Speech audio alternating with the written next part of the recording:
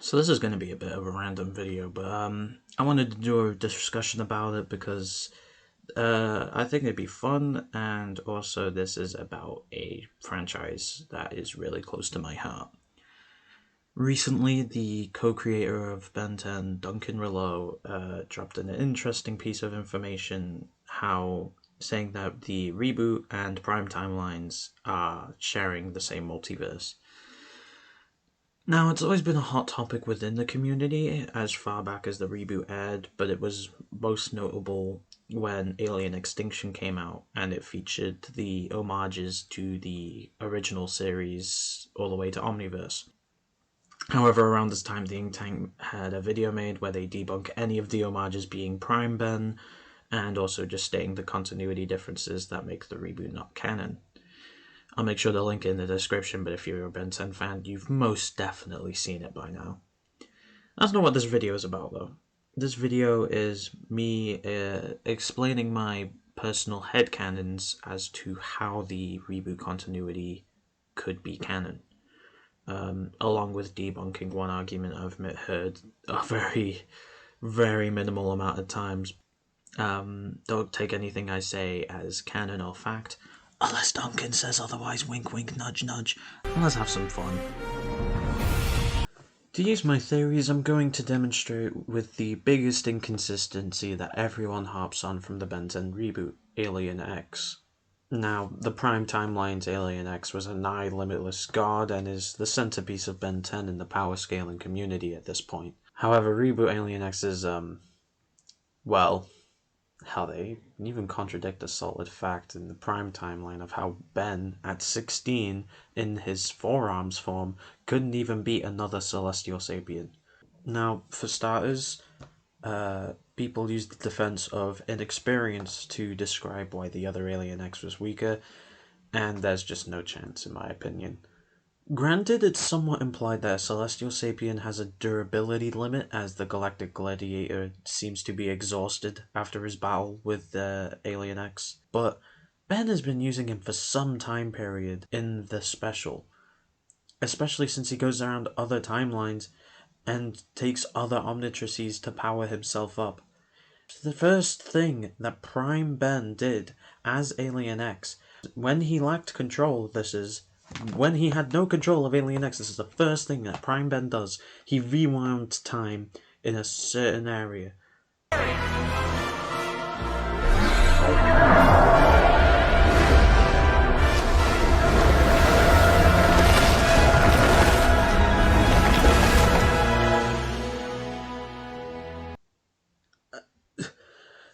And you mean to tell me the guy who has control can't do that?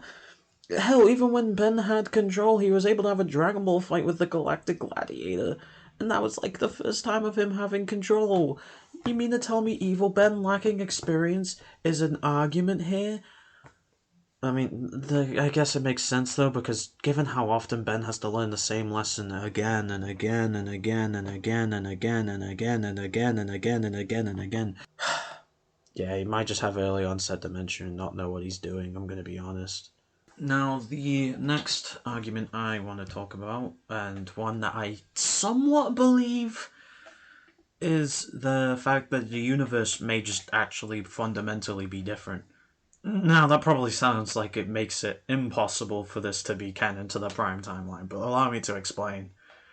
So, on the tree, there are, of the timeline, because that's how time travel works in Ben 10, it's like a tree, and the branch timelines are the alternate ones, with Ben Prime being the trunk of the tree. Well, Ben Prime's timeline. Maybe the reboot timeline is just an earlier branch, earlier than Ben. It could be that it's just a fundamentally different universe because it branches off earlier. Now, you may be thinking, where's the evidence?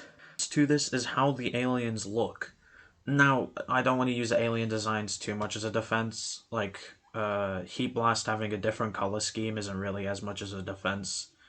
But in cases like Wildvine, where he now has humanoid legs instead of the tendrils, or cases like Stinkfly, where instead of being the bug, he is humanoid, They just must have evolved differently compared to the Prime continuity in any of those timelines. This could also explain why Alien X is weaker in the reboot. I don't personally buy that part, but that's mainly because Celestial Sapiens were established to shape the universe and Omniverse. And I do have one, is that Celestial Sapiens change the universe all the time. Why, even First Thinker Asma's voice and appearance has changed on at least 3 occasions. Yeah, weird to think that's how it's canon, how the art style changed because of the Celestial Sapiens, but oh well. Now, the final reason to explain Alien X, and my personal belief on the stance, is probably the best of the headcanons to work off of, because it makes the most sense. So, follow me when I talk about this one. In Alien Extinction, Evil Ben damages his Omnitrix badge. He keeps punching it until it breaks, and then he accesses Alien X. And I think that this, right here, is why the transformation is flawed. By damaging the badge, he must have also fried something within the Omnitrix to cause how broken the device is.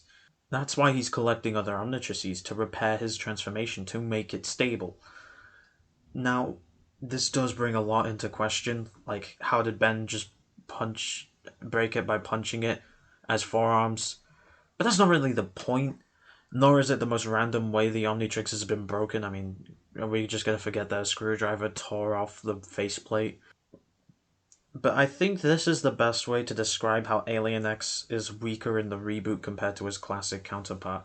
There's definitely some holes in the theory, but it's better than having what we have already.